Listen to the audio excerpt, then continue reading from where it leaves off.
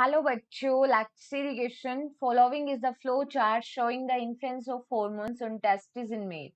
Choose the option which correctly fills the gap represented by A, B, C and D. देखो question के अंदर हमें बोला गया है कि जो मेल के अंदर प्राइमरी रिप्रोडक्टिव ऑर्गन होता है टेस्टिस, ठीक है, उससे रिलेटेड हमें हॉर्मोन्स का क्या बनाना है, फ्लो चार्ट बताना है, ठीक है। और यहाँ पे जो हमें फिलिंग्स दी ब्लैंक्स दिए गए that is A B C and D, उसको फिल करना है।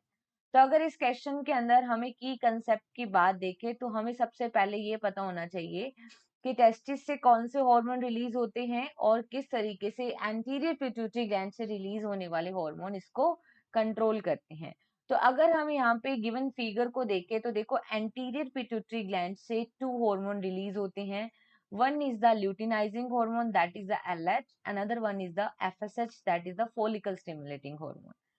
तो देखो यहाँ पे जो ल्यूटिनाइजिंग हार्मोन होता है वो टेस्टिस के अंदर अगर हम देखें सेमिनिफेरस ट्यूबुल की लेडिक सेल्स पर एक्ट करता है, ठीक है। और फॉलिकल स्टिमुलेटिंग हार्मोन की बात करें तो ये सर्टोली सेल के ऊपर एक्ट करता है, ठीक है। लेडिक सेल्स फर्दर एक हार्मोन रिलीज करती है जिसको कहते हैं, ठीक है, टेस्टोस्टेरोन। और टेस्टोस्टेरोन जो हार्मोन होता है वो किसके लिए रिस्पॉन्सिबल होता है मेल के अंदर, स्पर्मेटोजेनेसिस के लिए, ठीक है। क्या कराता है फर्दर ये स्पर्मेटोजेनेसिस। स्पर्मेटोजेनेसिस का मतलब क्या होता है, मेल के अंदर मेल गैमेट के फॉर्मेशन की प्रोसेस को कहते हैं। जेनेसिस का मतलब फॉर्मेशन, स्पर्म, ठीक है। मेल गैमेट स्पर्म का बनना क्या कहलाता है, स्पर्मेटोजेनेसिस। और बनते किससे हैं, स्पर्मेटोगोनिया से।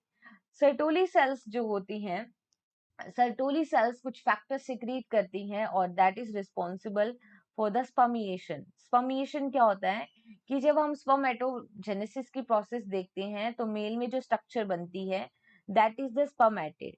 और स्पर्मेटिड हैप्लॉइड स्ट्रक्चर है, ये नॉन मेटाइल होती है और इसके ट्रांसफॉर्मेशन से, डेवलपमेंट से फर्दर स्पर्म बनते हैं।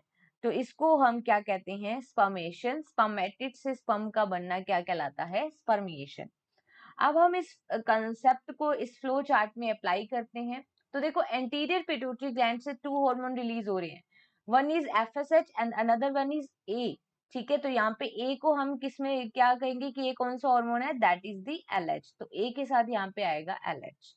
अगर हम देखें कि ये जो ल्यूटिनाइजिंग हार्मोन है वो कहाँ पे एक्ट करता है, लेडिक सेल्स पर, और लेडिक सेल्स फर्दर टेस्टोस्टेरोन का सिक्रीशन करती है और टेस्टोस्टेरोन स्टिमुलेट करता है बी, और बी क्या है यहाँ पे, दैट इज दी स्पर्मेटोजेनेसिस, ठीक है। किसको स्टिमुलेट कर रहा है, स्पर्मेटोजेनेसिस को। तो यहाँ पे बी में क्या आएगा, स्पर्मेटोजेनेसिस, ओके।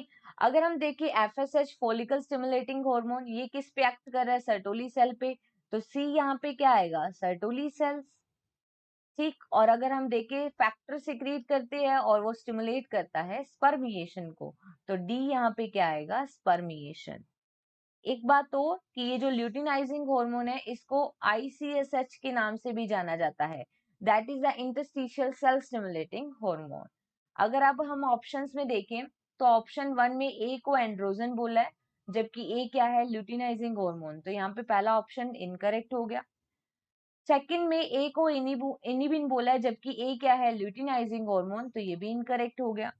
थर्ड में ए को आईसीएसएच या फिर एलएच बोला, yes it is correct. B में स्पर्मेटोजेनेसिस लिखा है, ये भी सही है, ठीक है। और सी में यहाँ पे सर्टोली सेल लिखा है, ये भी सही है। और डी में स्पर्मियोजेनेसिस लिखा है, ठीक है, स्पर्मियोजेनेसिस।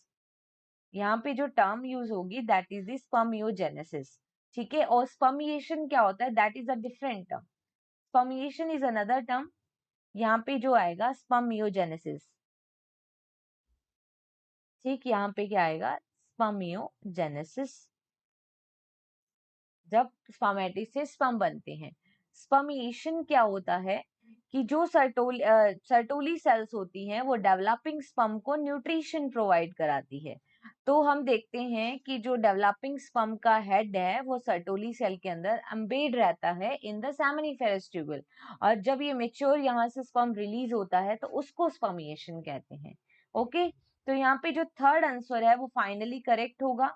ऑप्शन 4 क्यों इनकरेक्ट है, क्योंकि ऑप्शन 4 में बी को स्पर्मियोजेनेसिस बोल दिया, बी तो स्पर्मेटोजेनेसिस है। तो यहाँ पे जो फाइनली करेक्ट आंसर होगा that is only option 3, okay. Best of luck.